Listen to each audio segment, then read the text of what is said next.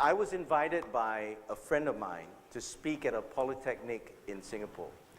Now, he knows that I do this as a business, but he called me up. He says, Leslie, can you come and speak to 400 business students, and the dean and everybody and all the lecturers and all will be there. Can you come and speak to us on this date for about 3 hours? So I looked up my calendar. I was free. He says, can you do me a favor? So I knew he was not talking about a paid gig. He was talking about doing him a favor. Wasn't a problem. He's a friend. I looked at my calendar, was free. I said, be glad to do it. And I penciled it in. Asked him the topic, asked him how long I had, got all the details, etc. Done.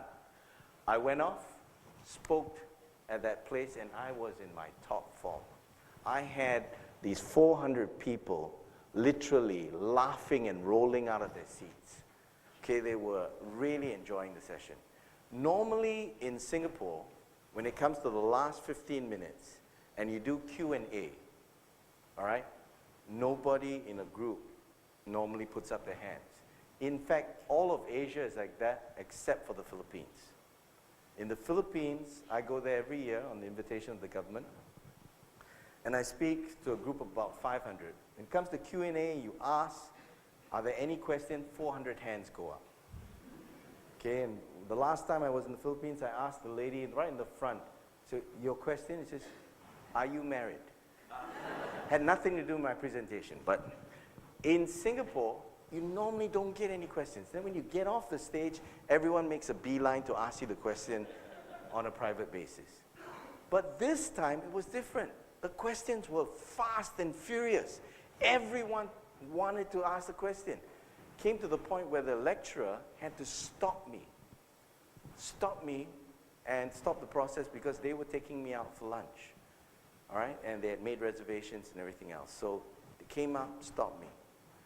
We were heading out the door when right at the top, there was a girl running down the stairs. It's an elevated lecture hall. And she's like taking 2 steps in a row coming down. I mean, we were all afraid for her. And she's shouting at the top of her lungs, stop, stop, stop. So all of us turn and look at this girl running down. And then she comes and she stands in front of the door. And she puts her arms and says, stop. And she's a student. And she's doing this in front of all her lecturers. So we're like, huh? So we look at her, and then she looks at me and she says, may I have your card? Now, in a normal setting, I always give cards out, but this was a student.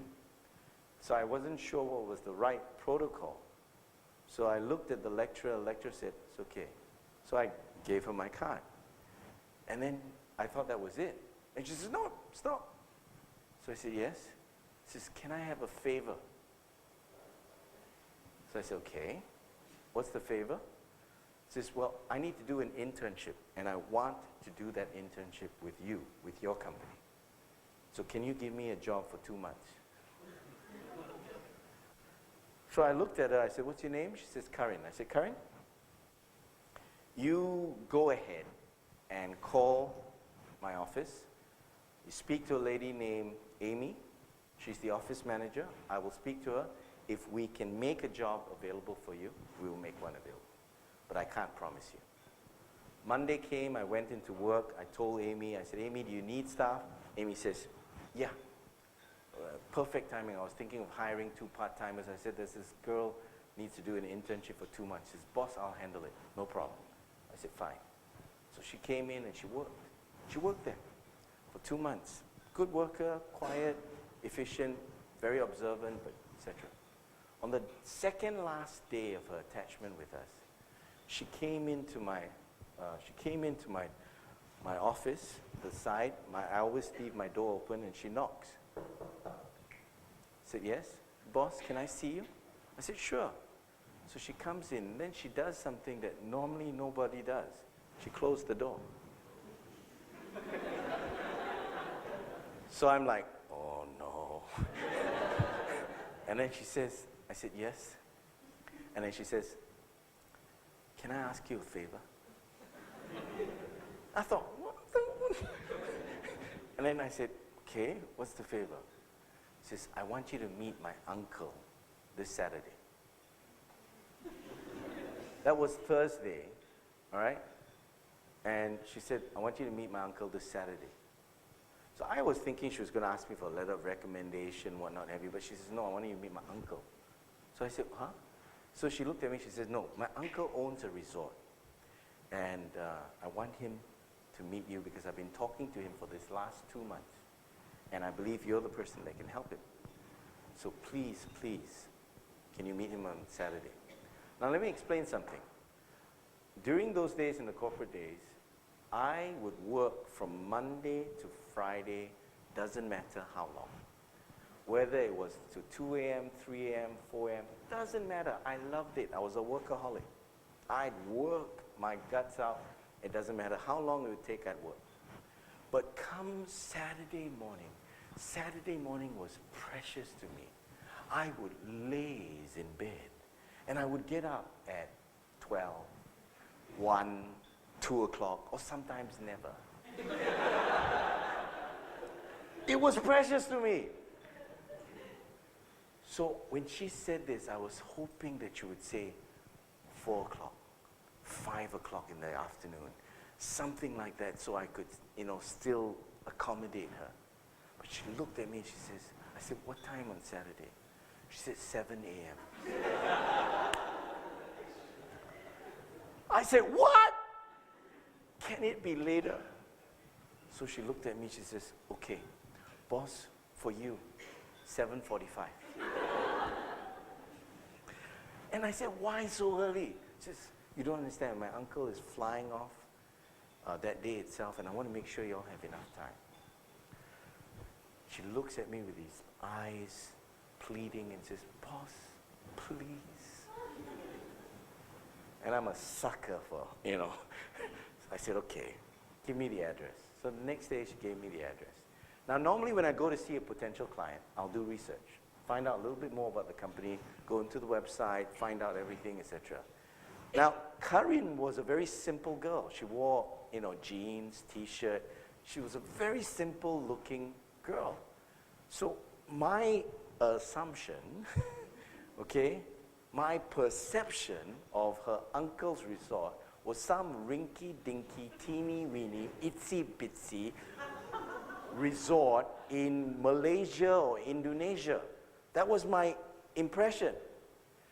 And I didn't have the time, and I didn't do the research that I normally did. So I went in. Saturday, I drove out, and then I was approaching the address she gave me. I saw supermarket trucks coming out. I was saying to myself, but she said, Uncle owns a resort. What is supermarket trucks coming out for? Never mind. It's the right address. I turned in, went in, entered into the elevator. The reception was on the 4th floor. I pressed the 4th floor, and I turned around. And then the elevator opens this way. And then I turn around, and the receptionist is waiting right outside the elevator. Good morning, Mr. Choudhury. We're so happy that you could make it. We are so happy. So I thought, okay, she means her and the uncle. I said, okay. She says, but before you meet them, you have to watch a video. Huh? Right this way. And then she takes me to a room and she shows me a video.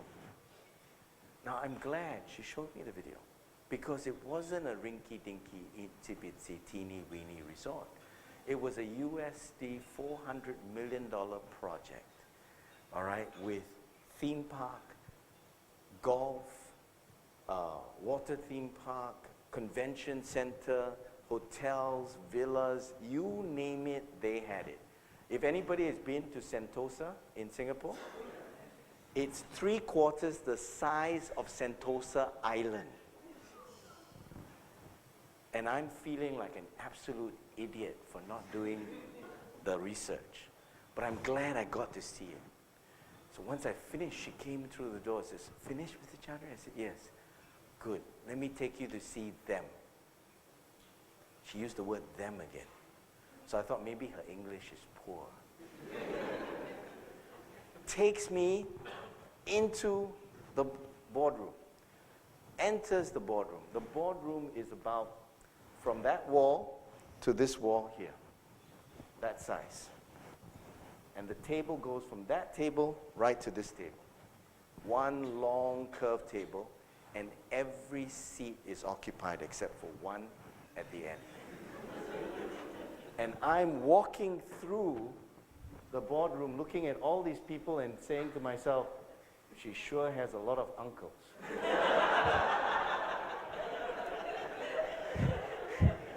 I come there, and I sit in front, and I go there, and then they ask me whether I watched the video, and next thing I know, everyone in the room, first one person gets up and introduces me to everyone there.